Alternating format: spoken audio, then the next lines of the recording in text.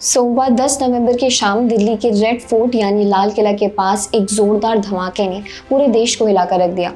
शाम के 6:52 पर लाल किला मेट्रो स्टेशन के बाहर खड़ी एक Hyundai i20 कार में हुआ ये विस्फोट कुछ ही सेकंडों में आसपास की 3-4 गाड़ियों को आग के हवाले कर गया। लोगों में अफरा तफरी मच गई, धुएं का गुब्बार आसमान तक उठ गया और चारों ओर सिर्फ सायरन और चिल्लाहट की आवाज़ गूंजने लगी। इस धमाके में कम से कम 9 लोगों की मौत हो गई और कई और दर्जनों घायल LNJP हॉस्पिटल में इलाज के लिए भर्ती हैं। लेकिन सवाल सिर्फ इतना नहीं है कि ब्लास्ट कैसे हुआ, बल्कि ये भी है कि क्या ये किसी बड़ी साजिश की शुरुआत है। 6:45 पर लाल किला मेट्रो स्टेशन के पास ट्रैफिक सामान्य था। शाम के वक्त ये इलाका हमेशा भीड़ भाड़ वाला रहता है। ठीक सामने चांदनी चौक और कुछ दूरी पर जामा मस्जिद का इलाका। 6:52 पर एक सिल्वर Hyundai i20 कार, जिसका हरियाणा रजिस्ट्रेशन नंबर था, नेताजी सुभाष चंद्र मार्ग पर रेड लाइट पर रुकती है। चंद सेकंड बाद जोरदार विस्फोट होता है। 6:55 पर धमाके के बाद आसपास खड़ी कई गाड़ियां आग की लपटों में घिर जाती हैं।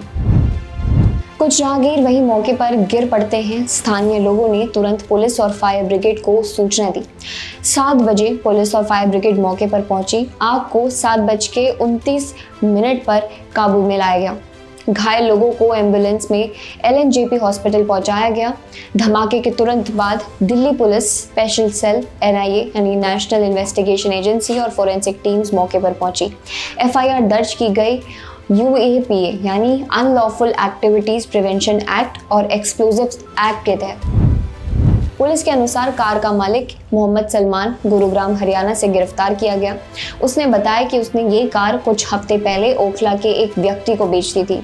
अब जांच का फोकस इसी खरीदार पर है, जो फिलहाल फरार बताया जा रहा है। होम मिनिस्टर अमित शाह ने रात में ही बयान जारी करते हुए कहा, सभी संभावनाओं की जांच की जा रही है, किसी भी दिशा में जांच रुकने नहीं दी जाएगी। सुबह 11 बजे अमित शाह ने अपने आवास पर एक हाई लेवल सिक्योरिटी मीटिंग बुलाई, जिसमें शामिल थे union home secretary Govind Mohan, IB chief Tapan Deka, Delhi police commissioner Satish Kocha, NIA chief Sadanand Vasant Date, JNK DGP Nalin प्रभात, जो कि वर्चुअली कनेक्ट हुए। इस मीटिंग के बाद दिल्ली समेत गुजरात, मुंबई, चंडीगढ़, पुणे, कोलकाता और उत्तर प्रदेश में हाई अलर्ट घोषित कर दिया गया। रेड फोर्ट मेट्रो स्टेशन को अगले दिन सुबह से क्लोज फॉर पब्लिक कर दिया गया।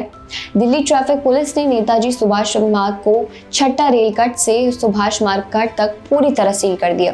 लोगों को वैकल्पिक मार्गों से जाने की सलाह दी गई है। चांदनी चौक मार्केट एसोसिएशन ने ऐलान किया कि मंगलवार को पूरा बाजार बंद रहेगा, ताकि जांच में किसी तरह की बाधा ना हो सके। एक स्थानीय दुकानदार असलम खान ने बताया, धमाके की आवाज इतनी तेज थी कि पूरा इलाका हिल उठा। मैंने देखा कि एक कार से आग की लपटें निकली और कुछ ही सेकंड में दूसरी गाड़ियां भी जलने लगीं। एक और चश्मदीद महिला ने कहा, लोग भाग रहे थे, कोई समझ नहीं पा रहा था क्या हुआ, कई लोग जल गए थे। पुलिस तुरंत पहुंची, लेकिन तब तक बहुत देर हो चुकी थी। Uttar Pradesh ADG law and order Amitabh Yash ने सभी जिलों में सिक्योरिटी टाइटनिंग ऑर्डर्स जारी किए हैं। Sensitive religious sites, border districts, major शहरों जैसे कि लखनऊ, वाराणसी और नोएडा, इन सभी शहरों पर इंटेंसिव पेट्रोलिंग, चेक पॉइंट और कार चेकिंग बढ़ा दी गई है। नोएडा पुलिस ने सेक्टर 62 और सेक्टर 58 के आसपास पेट्रोल शुरू कर दिए। हर संदिग्ध वाहन की बैरिकेडिंग और चेकिंग की जा रही है। ये धमाका सिर्फ एक अकेली घटना नहीं लग रही है। पिछले 10 दिनों में देश के अलग अलग हिस्सों में आतंकवाद रिलेटेड रेड्स और IED रिकवरी हुई है और सभी के बीच एक संभावित लिंक सामने आ रहा है। रीसेंट टेररिस्ट एक्टिविटीज में शामिल है दिल्ली को दहलाने की साजिश। धमाके से पहले फरीदाबाद हरियाणा में एक फ्लैट से 2900 किलो एक्सप्लोजिव मटेरियल और एक असॉल्ट राइफल AK टाइप बरामद की गई। इसमें 360 kg अमोनियम नाइट्रेट और करीब 2500 kg एक्सप्लोजिव मेकिंग केमिकल शामिल थे, यानी पुलवामा हमले में इस्तेमाल हुई मात्रा से लगभग 20 गुना ज्यादा। फरीदाबाद पुलिस कमिश्नर सतेंद्र कुमार गुप्ता ने बताया कि बरामद हथियारों में एक राइफल, 3 मैगजीन और 83 लाइव राउंड्स, एक पिस्तौल और 2 खाली कार्ट्रिजेस शामिल थे। ये पूरी सामग्री दिल्ली में बड़े हमले की तैयारी का हिस्सा थी, जो समय रहते नाकाम कर दी गई। डॉक्टरों और शिक्षकों की गिरफ्तारी। इस मॉड्यूल का सबसे चौंकाने वाला पहलू ये था, इसमें शामिल लोग डॉक्टर और एकेडमिक्स रिलेटेड थे। डॉक्टर मुजम्मिल शकीर, जो अल फलाह यूनिवर्सिटी फरीदाबाद में फैकल्टी सदस्य थे, जो उसके किराए के फ्लैट से गिरफ्तार किया गया, जहां से भारी मात्रा में एक्सप्लोजिव केमिकल्स मिले। डॉक्टर अदील अहमद रादर, एक और डॉक्टर को सहारनपुर यूपी से पकड़ा गया। उस पर पहले भी जेम पोस्टर्स लगाने के आरोप लगे थे। डॉक्टर शाहीन शाहिद, लखनऊ की रहने वाली महिला डॉक्टर से पूछताछ की गई, जब उसके कार से एक असॉल्ट राइफल मिली, जिसका इस्तेमाल शकील करता था। इनके साथ इमाम इश्तियाक, जो धार्मिक प्रचार के जरिए युवाओं को उकसाता था, जो भी गिरफ्तार किया गया। जैश और AGUH से सीधा लिंक। जांच से पता चला है कि ये मॉड्यूल जैश मोहम्मद जैम और अंसर गजवल उल हिंद से जुड़ा था। ये लोग चैरिटेबल ऑर्गेनाइजेशन और एकेडमिक नेटवर्क्स के जरिए फंडिंग जुटाते थे। पुलिस के अनुसार योजना थी कि 100 ऑफ IED तैयार किए जाएंगे और दिल्ली NCR में विभिन्न जगहों पर रखे जाएंगे। इंक्रिप्टेड इंफॉर्मेशन चैनल्स के जरिए पाकिस्तान से संपर्क होता था। जांच में फंड ट्रांसफर, जो कि क्रिप्टो और एकेडमिक डोनेशंस के सबूत भी मिले।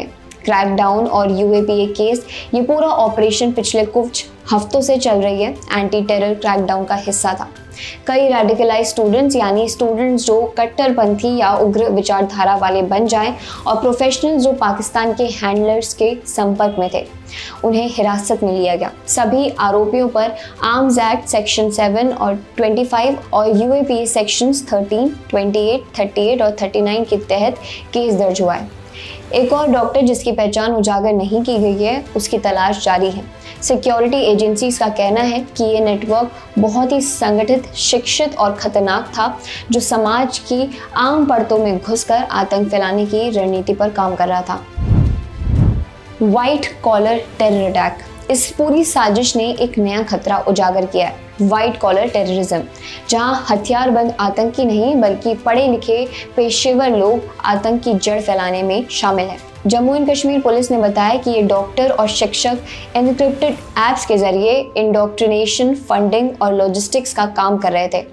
इन्हीं पेशेवर नेटवर्क्स के जरिए पैसे को सोशल कॉजेज और मेडिकल चैरिटी प्रोजेक्ट्स के नाम पर इकट्ठा किया जा रहा था। रेड फोर्ट ब्लास्ट की जड़ें उसी नेटवर्क से जुड़ी हैं, वो नेटवर्क जो फरीदाबाद के फ्लैटों में बम बना रहा था, जो लखनऊ और सहारनपुर के डॉक्टरों के जरिए फंड इकट्ठा कर रहा था और जो पाकिस्तान के हैंडलर्स से आदेश ले रहा था। अगर फरीदाबाद की रेड कुछ घंटे पहले ना होती तो शायद दिल्ली की सड़कों पर यह ब्लास्ट और भी बड़े स्तर पर विनाश कर सकता था।